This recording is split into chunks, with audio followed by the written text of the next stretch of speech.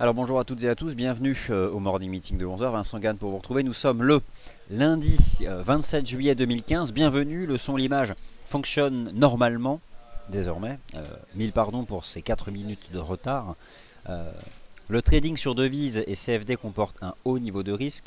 Je vous laisse ici prendre connaissance de l'avertissement des risques liés au trading. Pourquoi? Parce que déjà il faut l'avoir lu. Pratiquer l'investissement basé sur la dette de marge, c'est risqué. De manière générale, les marchés financiers le sont, encore plus lorsque l'on emprunte pour investir. C'est le principe de l'effet de levier, la dette de marge. Soyez donc prudents. Et enfin, cette présentation, elle est réalisée à titre purement indicatif.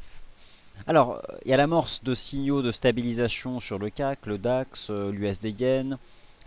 Le DAX qui a retracé 50%, le CAC qui revient au niveau du dernier trou de cotation haussier du 13 juillet dernier.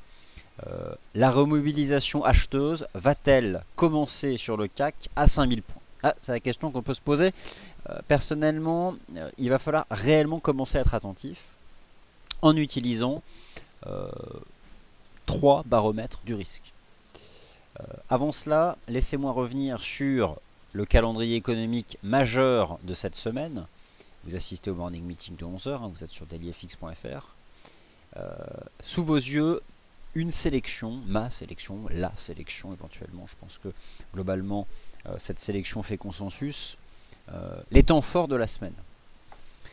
Alors, il y a beaucoup de statistiques cette semaine, macroéconomiques.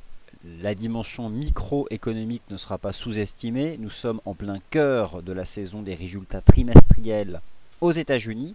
La saison des trimestriels s'ouvre aussi massivement au sein de la zone euro et notamment au sein du CAC 40. Il y a cette semaine un agenda économique chargé pour les entreprises du CAC 40. Ça, c'est réellement aussi quelque chose dont il faut avoir connaissance. Je peux vous donner d'ailleurs la plupart des entreprises qu'il va falloir surveiller cette semaine, en étudiant notamment l'agenda des sociétés. Alors je sais déjà que le 30 juillet, il y a les publications d'Alcatel-Lucent qui fait partie du CAC 40. Valeo, Valeo c'est donc aujourd'hui au sein du CAC 40. LVMH, ça c'est demain, c'est aussi du CAC. Michelin, le secteur automobile majeur, résultat du premier semestre, demain aussi. Eiffage, ex-CAC 40, Total, le 29, Saint-Gobain, etc. Bref, le marché, le CAC, va connaître cette semaine beaucoup de résultats. Sur le plan macroéconomique, nous avons beau être en plein cœur de l'été, nous ne sommes pas encore entrés dans la quinzaine du vide. La quinzaine du vide qui généralement s'étend du 1er au 15 août. Cette dernière semaine de juillet est très chargée sur le plan des fondamentaux macroéconomiques. 3 temps forts sur lesquels il va falloir être attentif. La décision de politique monétaire de la Réserve fédérale des États-Unis mercredi 29 juillet, qui ne sera pas accompagnée d'une conférence de presse du gouverneur Janet Yellen. Il y a prochaine conférence de presse, ce sera en septembre. La première estimation du niveau de la croissance économique aux États-Unis au second trimestre, avril, mai, juin. Le consensus envisage un taux de variation du PIB des États-Unis au second trimestre de 2,5%. Et enfin, vendredi 31 juillet, la première estimation de l'indice des prix à la consommation au sein de la zone euro au mois de juillet. Le marché anticipe 0,2% pour l'inflation standard, le taux d'inflation habituel, et 0,8% pour la partie sous-jacente qui est la plus importante car elle exclut les éléments volatiles. Alors d'ailleurs, mercredi 29 juillet à 19h45, la salle de trading dailyfx.fr sera ouverte. Je vous proposerai un point de marché en live pour notamment décrypter l'agenda économique. Maintenant, laissez-moi revenir sur quelque chose qui est important et qui va permettre de répondre à la question quand est-ce que le CAC et le DAX vont établir un creux. On va pour cela utiliser l'approche intermarché. L'approche intermarché, c'est quoi? Les marchés financiers se composent de plusieurs sous-marchés. Marché des actions, marché des changes, le marché de la dette, marché des matières premières. Et au sein de ces sous-marchés, on a des compartiments. Compartiment de l'énergie, compartiment des métaux précieux, métaux industriels, etc. etc. L'approche intermarché consiste à dire qu'on peut pratiquer l'analyse technique entre différents marchés. Par exemple, une paire de devises avec un indice boursier. Vous avez sous les yeux, et je vais zoomer là-dessus, la table de corrélation, donc les coefficients de corrélation sur 13 séances. Alors pourquoi 13 séances? Parce que c'est le point bas récent des marchés actions. La résolution du dossier grec. Alors lorsqu'on étudie justement la matrice de corrélation sur 13 séances, alors c'est ici un indicateur technique que vous pouvez utiliser sur la plateforme MarketScope 2.0 de FXCM, hein, vous pouvez, c'est gratuit, hein, vous allez dans notre forum, il y a une section indicateur personnalisé, on vous explique comment télécharger donc la matrice de corrélation. Qu'est-ce que j'observe? Le coefficient de corrélation ici qui m'intéresse, c'est celui qui lie l'USD Yen avec le DAX, l'indice de référence des marchés actions au sein de la zone euro, avec le S&P 500, l'indice de référence des marchés actions à Wall Street. Admettons que le coefficient de corrélation est fort. Alors l'indice Dow Jones est ici mis en sous-partie. Pourquoi? Parce que le Dow a pu subir l'impact baissier excessif de certains poids lourds du secteur technologique. Par exemple Apple qui a perdu 6% suite à ses résultats. Elle fait partie du Dow et donc c'est un indice qui n'est pas suffisamment large. Peu importe, la corrélation reste quand même sacrément positive. Notamment, regardez les coefficients de corrélation entre le Dow Jones, le DAX et le SP500, c'est fort. Mais regardez surtout le coefficient de corrélation entre l'USD Yen, ici, et les principaux indices boursiers. 0,92 avec le DAX, 0,92 avec le SP500, presque 0,70 avec l'US 30. Il y a donc entre l'USD Yen, le DAX et le SP500 un coefficient de corrélation fort. C'est donc pour cette raison que pour envisager la fin de la consolidation actuelle, les marchés actions au sein de la zone euro ne sont pas en correction, ils sont dans une consolidation qui est hyper standard. C'est hyper standard. Une vague impulsive de hausse depuis le 8 juillet, c'est d'ailleurs pour cette raison que j'ai établi une matrice de corrélation à 13 séances, pour vraiment attraper la corrélation entre ces actifs, depuis le triple bottom du CAC à 4600 points. Rappelez-vous les 4600 points qui étaient le précédent sommet l'année 2014.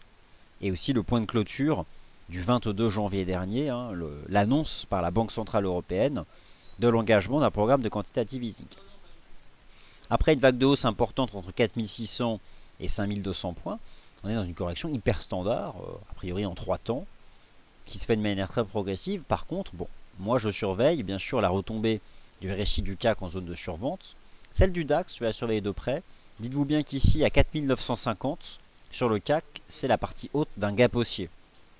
Donc, on peut envisager, mais je manque encore d'éléments, et il faudrait pour ça déborder une résistance, et notamment les 5050. Si ce marché débordait enfin une résistance, ce qui n'est pas le cas depuis longtemps, parce que la semaine dernière, on a échoué sous les 5120, là, je vais la positionner chez cette résistance. Si le marché venait enfin à franchir un niveau technique, comme les 5054, on pourrait commencer à envisager la fin de la consolidation. Et pour l'instant, ce n'est pas le cas. En tout cas, je pense qu'au-dessus des 4950, 5000 points, je pense qu'au-dessus de cette zone, une remobilisation des acheteurs pourrait bientôt intervenir. Alors, l'idée c'est quoi? On avait eu ici à l'époque, sur le point bas du 7 et du 9 juillet, le triple bottom chartiste et la belle divergence haussière. L'idée c'est d'abord que le RSI H4 retombe en bas, qu'on ait l'amorce de div pour envisager quelque chose. Donc pour l'instant, on consolide, pardon. La consolidation, elle est hyper standard sur le plan analyse technique. On surveille le risque haussier, mais il n'est pas encore présent. C'est la même chose ici sur le DAX. Le DAX qui a retracé 50% de toute son avancée entre le 8 juillet et ici le 20 juillet. On est dans une zone importante, entre 11 150 et 11 200. Mais pour l'instant, tant que ce marché ne franchit pas une résistance, et honnêtement, il faudrait déborder les 11 434, on est toujours d'ailleurs dans un canal de baisse, la consolidation qui a toutes les caractéristiques d'une consolidation standard, elle se poursuit. Alors maintenant, j'ai ouvert ce point de marché en vous montrant la matrice de corrélation entre l'USD Yen, le DAX, le SP500 et le CAC. Ce raisonnement ici qu'on peut appliquer sur le CAC, le DAX, où on surveille ces baissiers mais on surveille le risque haussier, c'est un titre qu'a bien choisi notre analyste Sylvain. L'idée c'est de pratiquer le même type d'approche sur le taux USD Yen. Le taux USD Yen, j'estime aussi qu'une remobilisation des acheteurs peut intervenir entre 122,90 et 123. Pour l'instant ce n'est pas le cas. On a une correction très standard aussi sur le taux USD Yen. Alors déjà les 124,40 c'était une résistance horizontale chartiste, mais c'était aussi comme vous le voyez ici avec cette extension de Fibo que j'avais positionné. D'ailleurs demain à 18 h, on vous propose ici un webinaire justement sur ces niveaux de Fibonacci.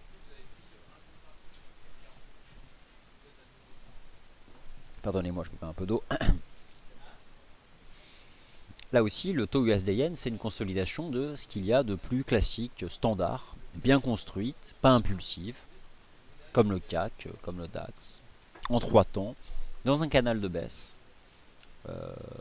On surveille le risque haussier, mais pour l'instant ça reste baissier.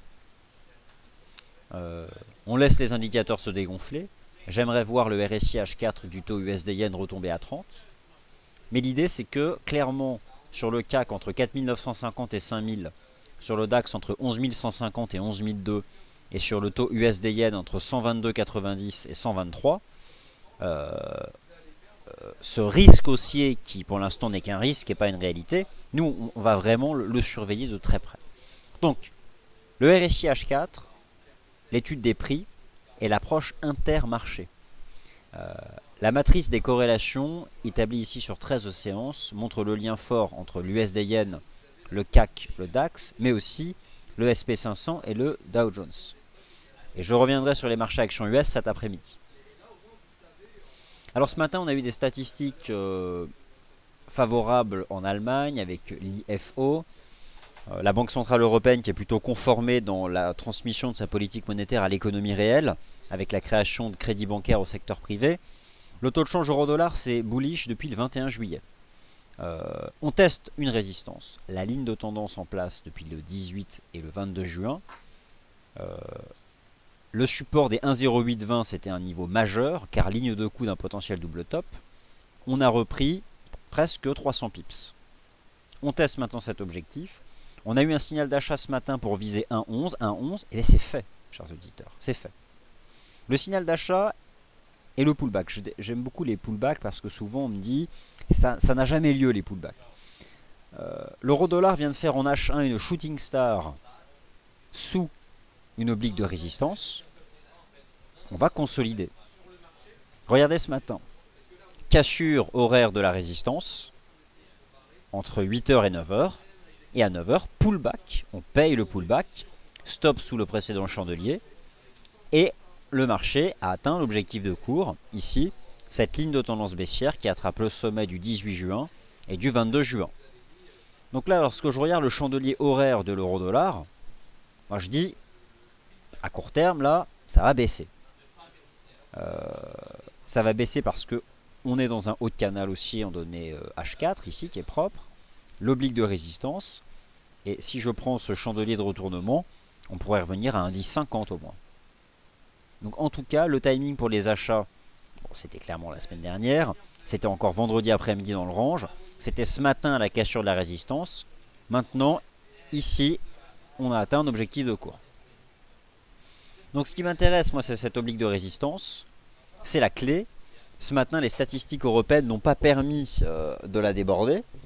Par contre, elles ont permis de l'atteindre.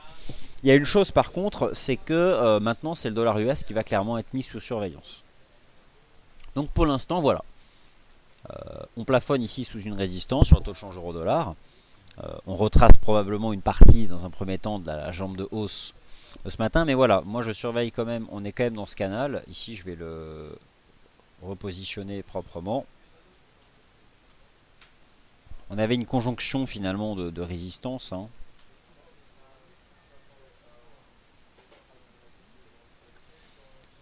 Ce matin, donc cette oblique qui attrape précisément le sommet saillant du 18 juin et celui ici du...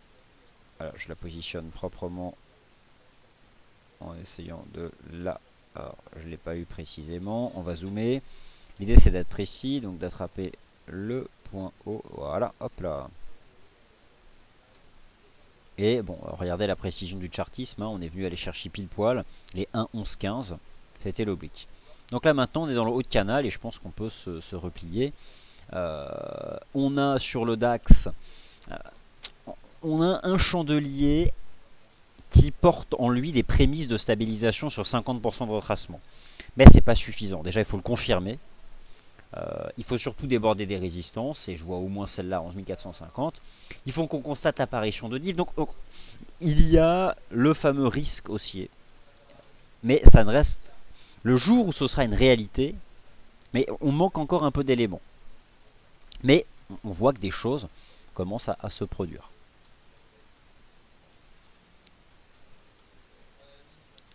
Bon, voilà en tout cas le rapport que je pouvais vous proposer, moi, sur le DAX, le CAC, le taux de change euro-dollar et l'USD-yen. Finalement, 4 actifs importants. Pour ce qui est des statistiques au sein de la zone euro, vous êtes ici sur le calendrier d'IFX.fr pour constater que l'enquête IFO du climat des affaires en Allemagne a battu le consensus. Donc avec les chiffres ce matin de création, de production de crédit au secteur bancaire par les banques privées zone européenne, on va dans le sens de ces nouvelles perspectives de croissance économique au sein de la zone euro. Maintenant, on va se projeter cet après-midi à 14h30 sur l'évolution, sur le taux de variation des commandes de biens durables aux États-Unis au mois de juin, ce qui ne manquera pas d'avoir un impact sur le dollar américain, dont la dynamique de fond reste bien sûr une des clés de l'orientation des marchés. Quelque chose important est susceptible là aussi d'agir à la baisse sur le taux de change de l'euro, mais là aussi attention, c'est l'évolution des rendements obligataires au sein de la zone euro qui se détendent. Vous avez ici la hausse du Bund. Le Bund d'ailleurs au moment où je vous parle est en train d'attaquer un niveau de prix important ici. Alors attendez, c'est pas ça que je voulais tracer, c'était un niveau de prix horizontal. Moi ce que je pense sur le Bund, c'est que au-dessus des 148 on a établi un creux vraiment majeur. Sur fond bien sûr des achats de la Banque Centrale Européenne, hein, qui achète directement ce contrat. Voilà, là je pense qu'on a établi un creux majeur.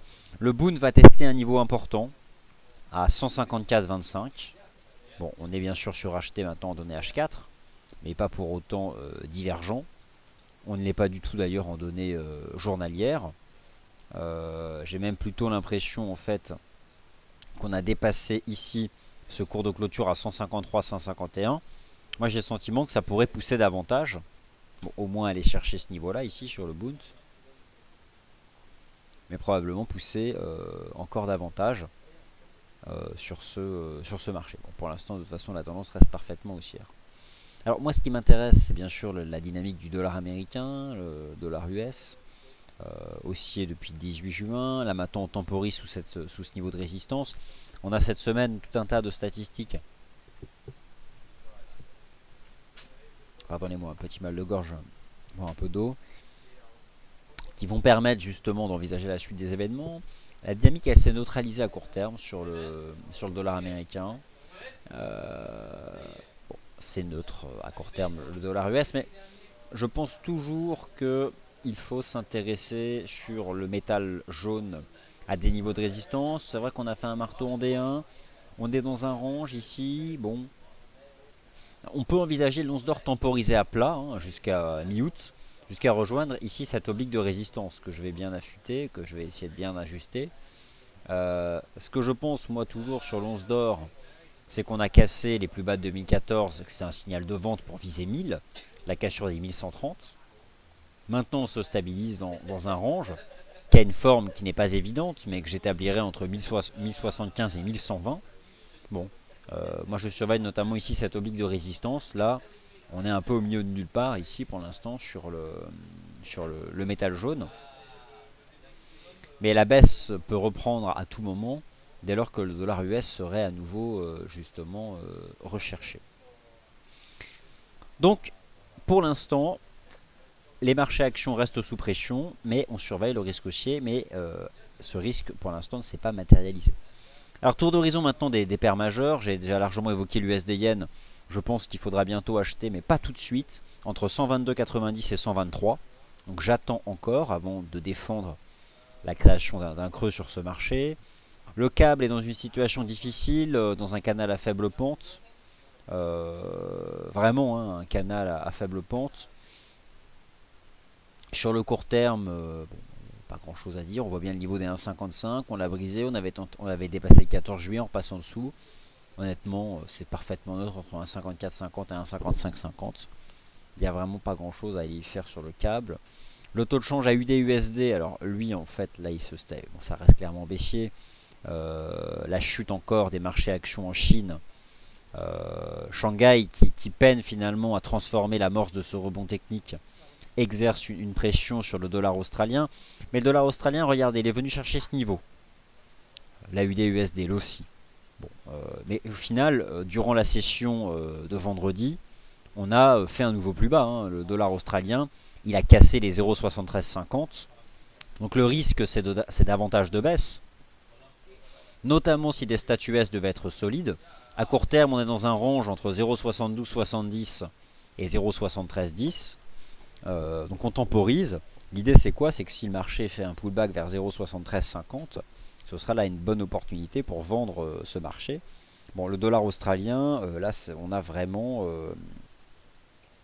le risque du côté des marchés actions chinois, de davantage de mesures de soutien de la part de la BPOC, la RBA et la RBNZ qui ajustent leur cycle monétaire sur celui de leur premier partenaire commercial, la Chine.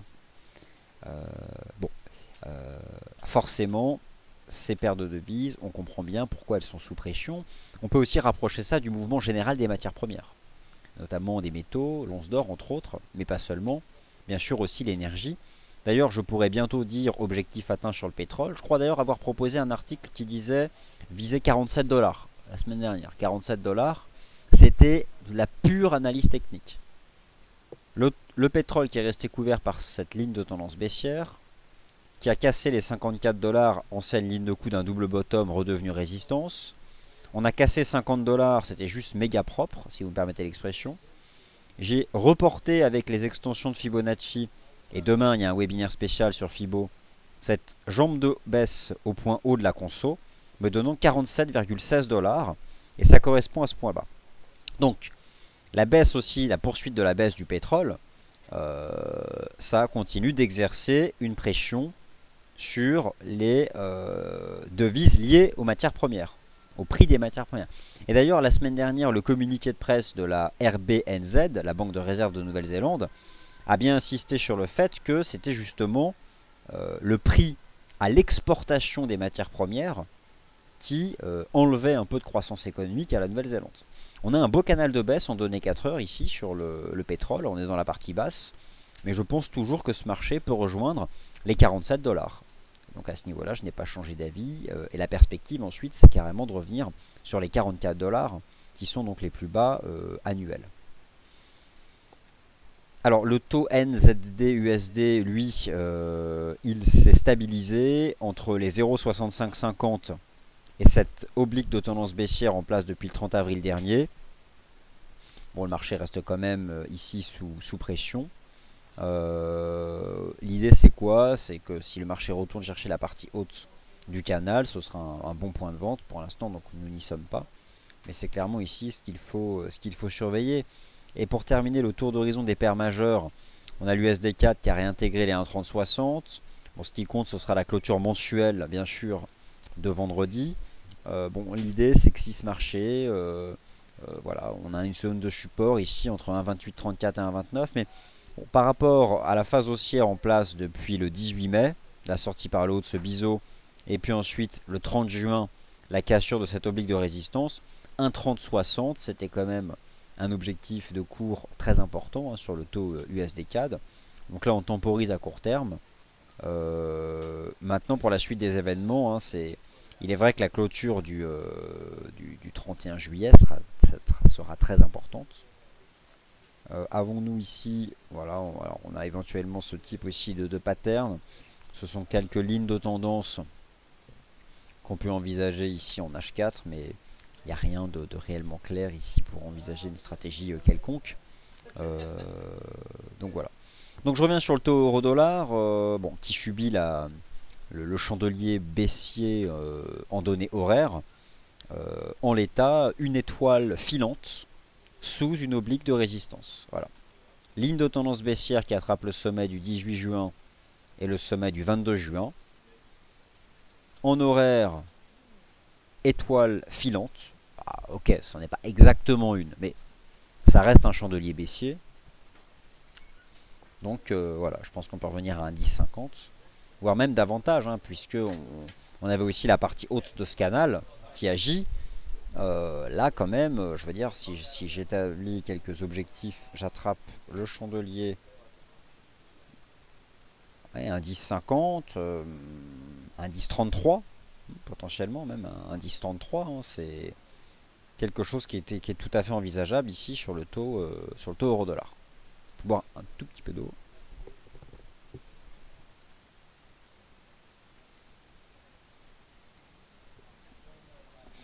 Formation d'une divergence haussière cachée sur le DAX en H4.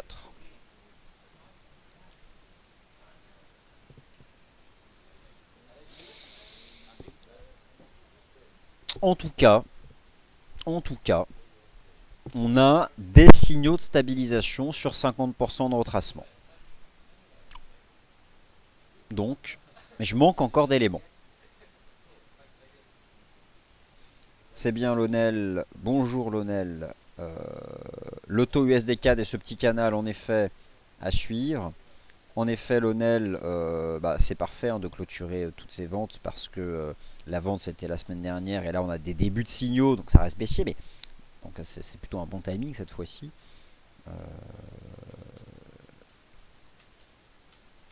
Alors on me dit que le son est parfait donc c'est impeccable. Led Zeppelin, vous avez une question. Alors, les commandes de biens durables aux États-Unis, elles sont publiées à 14h30. Le marché se montre optimiste. Hein. Un taux de croissance de 2% qui est attendu sur les commandes de biens durables au mois de juin. C'est important, pourquoi? Parce que lorsqu'on divise l'année en 4 trimestres économiques, le mois de juin entre dans le second trimestre, qui s'étend du 1er avril au 30 juin. Donc on a là un indicateur d'activité. Alors, les commandes de biens durables sont réalisées par les entreprises et non pas les consommateurs. Les commandes de biens durables, elles sont importantes. Pourquoi? Parce que à travers elles, on lit les anticipations des entreprises. Et ça, c'est important. Donc, c'est une forme d'indicateur avancé de ce que sera le niveau de la croissance économique aux États-Unis au second trimestre. Ça, c'est un chiffre qui est attendu mercredi prochain.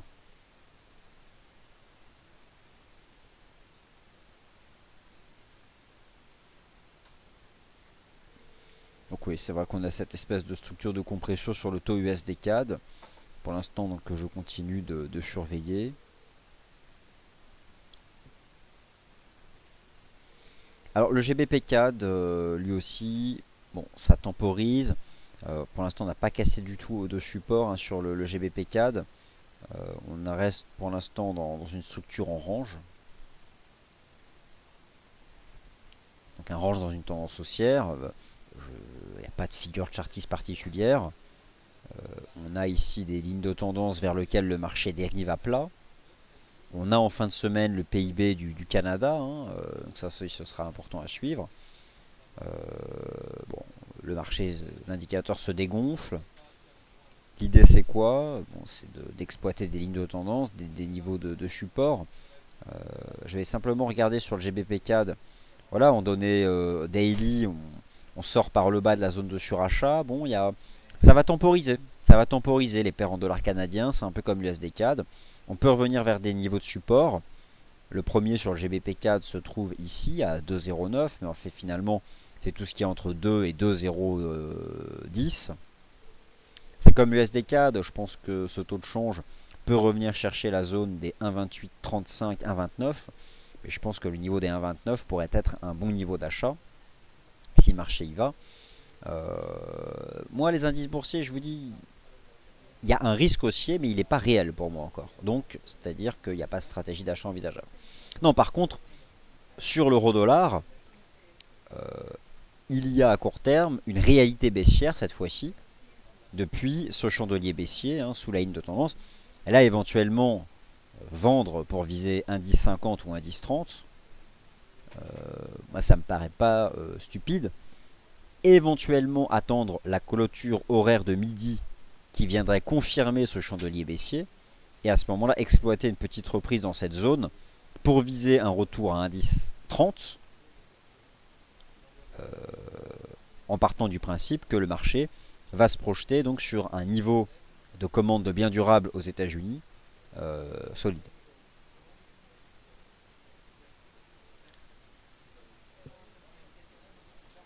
Les matières premières, au-delà du dollar américain, c'est vraiment un mouvement qui est propre aux fondamentaux physiques de ce marché, les perspectives de l'offre, les perspectives de la demande. Bon, la Chine, Shanghai qui rechute la nuit dernière, qui reste sous pression. Et Lionel donc nous précise avoir écrit un article dans son journal de trading en parlant justement du risque de voir le prix du pétrole revenir en direction des, je dirais, des 43,60, 44. Bon, il y a en effet toutes les bonnes raisons techniques et fondamentales de l'envisager. Si je projette ici cette extension, c'est vrai que pour l'instant je n'ai mis que le 0,618, mais je vais mettre ici la suite des extensions. Et voilà, je pense qu'en effet, sous les 47,16, les prochaines étapes se trouvent ici, 45,60, et en effet, un retour sur les plus bas, quoi. 43, 44 dollars. Ah, c'est pour ça que sur le dollar canadien, je pense toujours qu'il va falloir acheter l'USD CAD et le GBP CAD, mais pas forcément maintenant. Laisser ces paires un peu consolidées. Il peut y avoir dans cette zone une remobilisation acheteuse. Alors, si carrément on tient cette oblique là, bon là ce serait vraiment fort. Mais c'est vrai que sous la résistance mensuelle des 1,3060, après ces 1000 pips de hausse, ça donne plutôt envie de prendre ses bénéfices que de se précipiter à nouveau à l'achat face à un mouvement quand même qui est bien mature et qui a probablement besoin de respirer. Alors est-ce qu'on peut ici voir un canal? Je serais davantage méfiant, vraiment neutre sur l'USD CAD. Après toutes ces cibles ici qui ont été atteintes. Alors l'euro GBP, vous avez un point complet sur notre site qui a été fait par notre analyste Yoav. Ce marché se reprend, la livre sterling temporise. C'est honnêtement quelque chose. Alors est-ce qu'éventuellement on pourrait attraper, on pourrait éventuellement avoir ce type de canal. Et encore c'est pas non plus très propre. Mais on voit bien qu'on a une paire de devises qui continue de glisser step by step. Je pense que l'euro GBP peut rapidement trouver une résistance dans cette zone. Pour l'instant, j'ai pas d'indication précise. Je vais regarder en H4 ce que cela donne sur l'euro GBP. À court terme, on est dans une dynamique clairement de reprise, dans un canal de hausse. Ce matin, on a cassé ce niveau-là. Bon, maintenant, c'est suracheté, mais ça n'a pas non plus trop de signification, tant qu'il n'y a pas de divergence. On peut potentiellement se reprendre dans cette zone où on avait fait un triple top. Et pour l'instant, ça reste haussier. Sur le court terme, en tout cas. D'ailleurs, je me demande si à chaque fois, on ne retrace pas la même amplitude. Voilà, on avait retracé au moins 76. Si je prends cette jambe de hausse, là un peu moins. Si je prends la jambe actuelle, ouais, le 61,8 on l'a bien dépassé. Bon, moi, la résistance que je vais surveiller sur l'euro GBP pour envisager une stratégie négative, c'est celle-ci, c'est ce niveau horizontal. À 0,7220, je pense qu'il y aura des ventes possibles. Ou surcassure de support, 0,71. Mettons un terme, je pense, à la dynamique actuelle de reprise, qui est plutôt bien construite. Bon, il y a un certain nombre de lignes de tendance. L'idée, c'est d'essayer d'attraper une qui colle le plus à l'action des prix à court terme. Et je pense que d'un point de vue chartiste, on peut... voilà. On a un euro GBP qui se reprend dans ce canal-là. Pour l'instant, ça reste haussier. Pas de diff particulière. Le surachat n'est pas une condition pour vendre. C'est au contraire, cela montre que les variations positives ont largement le dessus. Mais je pense que dans cette zone de prix, si on y va, avec un mouvement qui est plus négatif du côté du GBP suite aux ventes au détail la semaine dernière, qu'on aurait ici une résistance attractive pour une stratégie de vente.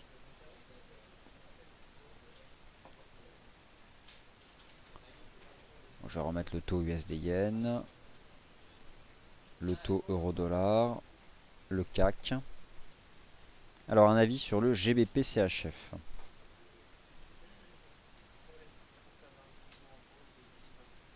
Le GBP CHF, je l'avais quelque part. Là c'est le CHF Yen. Alors GBP CHF. Bon, on retrouve là aussi un mouvement qui est propre à la livre sterling. On avait rejoint quand même cette zone de résistance. Alors, il y a un niveau horizontal ici. Pour l'instant, on voit que le marché le travaille. Que nous dit l'indicateur technique RSI? Pas grand chose. Il ne nous signale pas grand chose. Le niveau de prix, il est là, hein, le niveau des 1,48.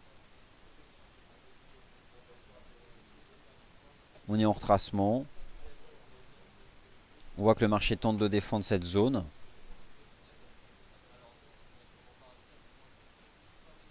C'était le précédent cours de clôture. Peut-on envisager cette zone comme un niveau de support? J'attendrai avant de me précipiter. J'étudie simplement la pertinence de quelques lignes de tendance et éventuellement l'existence d'un canal. Alors, un canal, il y a si à la projection de la ligne parallèle, j'attrape les points hauts actuels, ce qui semble être le cas. Donc on est probablement dans cette phase-là. Dans une impulsion, on consolide, une impulsion, on consolide. Ici, on a la zone de prix horizontale. Soit le marché temporise jusqu'à venir chercher une de tendance, soit on prolonge en direction du bas de canal. On a le 50% de retracement sur 1,4750. Enfin, ça c'est le rythme actuel de la correction.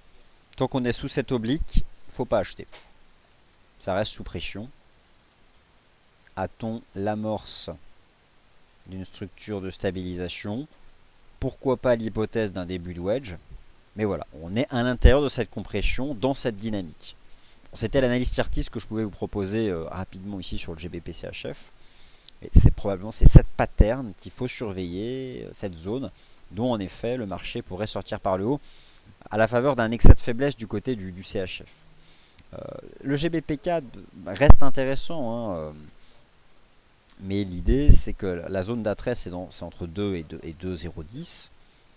Je pense qu'on peut temporiser éventuellement. Je pense que oui, si votre question c'est est-ce qu'on peut utiliser les 2,010 pour envisager un achat, vu les perspectives du côté des matières premières, notamment du prix du pétrole, je pense que c'est pas stupide, hein.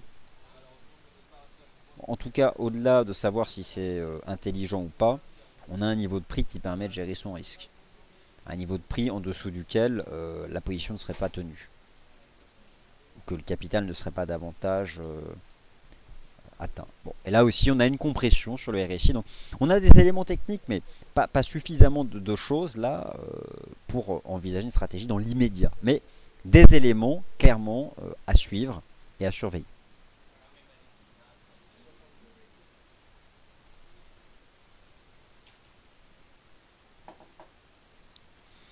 Alors la UD-USD, je l'ai évoqué tout à l'heure, en effet, le dollar australien est sous pression. Par contre, sa baisse, elle n'est pas verticale, elle se fait de manière construite. Le dernier signal technique donné, c'est la cassure des 0,7550. On est maintenant dans un range entre 0,7310 et 0,70, 0,7270. On est dans ce range. Deux scénarios possibles. On y reste, on en sort par le bas. ce qui fait que les 0,7310 permettent de shorter, ou on pullback à 0,7350. Ça, je n'ai pas la réponse. Voilà, bah écoutez, j'ai répondu à l'ensemble de vos questions. Le prochain point de marché aura lieu à 14h30 pour l'évolution des commandes de biens durables. Surveillez les bougies horaires du taux de change euro-dollar, notamment depuis ce chandelier négatif ici sous la ligne de tendance baissière en place depuis donc, le 18 juin. Sommet du 18 juin, sommet du 22 juin. On a eu un chandelier horaire baissier, il faut confirmer avec le prochain chandelier horaire qui clôture dans 15 minutes. Donc en l'état, il faut que la clôture horaire de midi se fasse sous le point bas de la clôture horaire de 11 heures. Il faut qu'elle se fasse sous les 1,1075. Sinon, le marché va simplement s'installer dans un range sous le blic de résistance. En cas de clôture sous le chandelier horaire de 11 heures, le marché à ce moment-là donnera un signal pour se replier en direction des 1,1050 et des 1,1030 $. Merci à toutes et à tous pour votre attention. Prochain point de marché à 13h, le 13h des day traders avec Sylvain. Et puis moi je vous retrouve à 14h15 pour la session statistique, les commandes de biens durables aux États-Unis. Merci à toutes et à tous et à tout à l'heure.